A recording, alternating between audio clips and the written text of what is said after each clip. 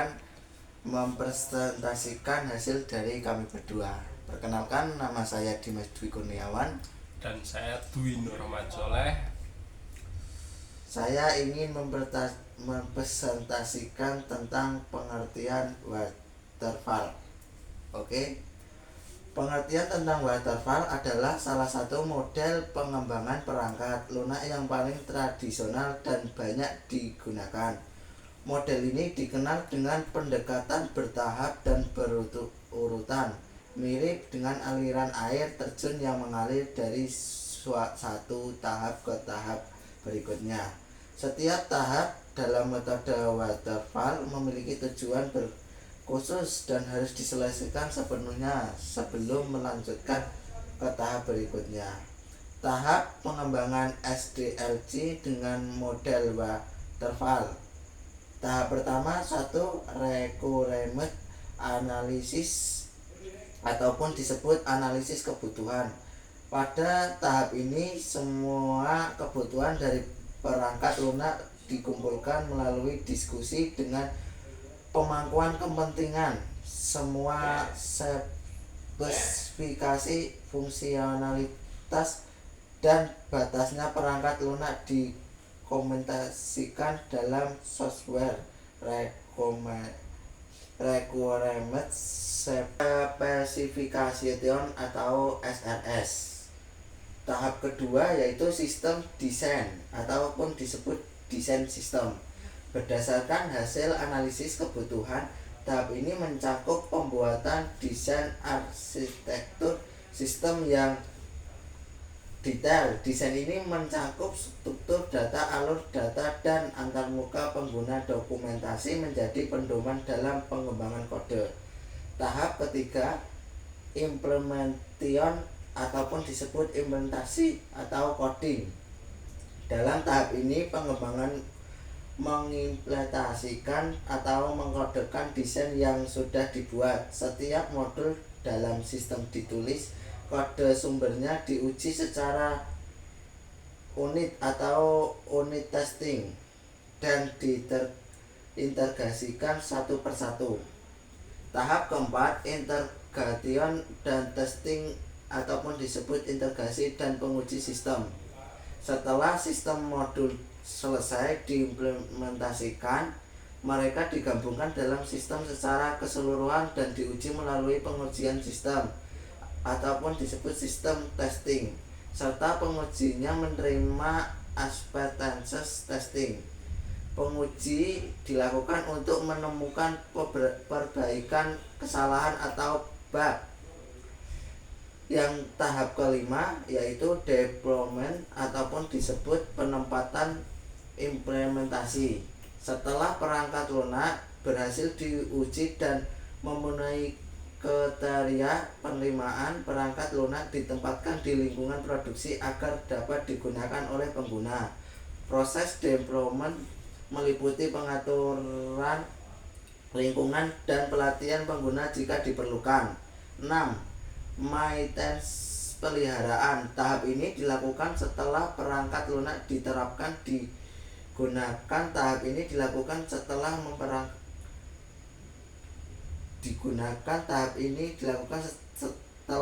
perangkat lunak diterapkan dan digunakan secara aktif. Tim pengembang memantau kinerja jika dibutuhkan. Yang selanjutnya saya lanjutkan ke Mas Soleh.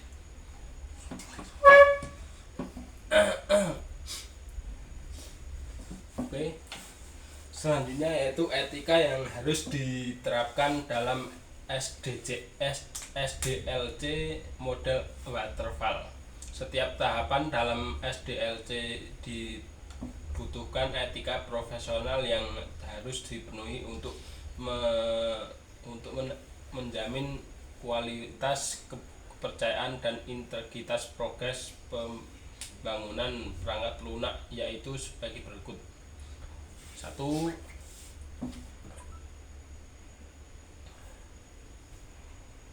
Transparansi dan akuntabilitas. Selalu menjaga transparansi dalam setiap proses komunikasi dan masalah dengan pemangku kepentingan dengan jujur.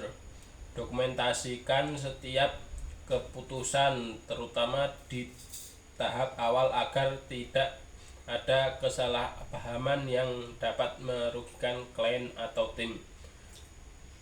Yang kedua,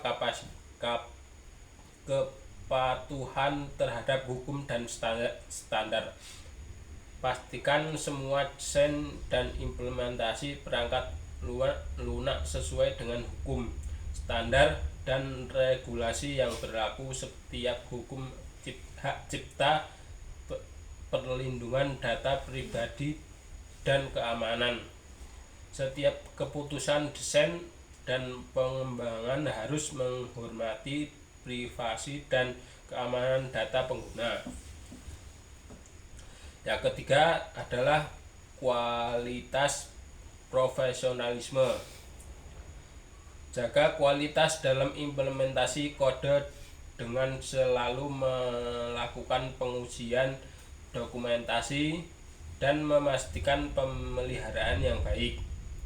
Guna kode yang bersih dan terdokumentasi agar mudah dipahami oleh tim lain yang mungkin akan memelihara atau memperbarui perangkat lunak. Yang keempat adalah integritas dan kejujuran. Hindari memberikan janji atau ekspektasi berlebih kepada klien yang tidak realistis. Laporkan semua kemajuan, kendala, atau perubahan yang terjadi agar klien tahu status proyek yang sebenarnya. Yang kelima adalah tanggung jawab terhadap pengguna. Pastikan perangkat lunak aman, mudah digunakan, dan bebas dari kejahatan yang dapat merugikan pengguna. Jika perangkat lunak memiliki resiko tertentu, informasikan secara jelas kepada pengguna untuk memastikan pengguna yang aman.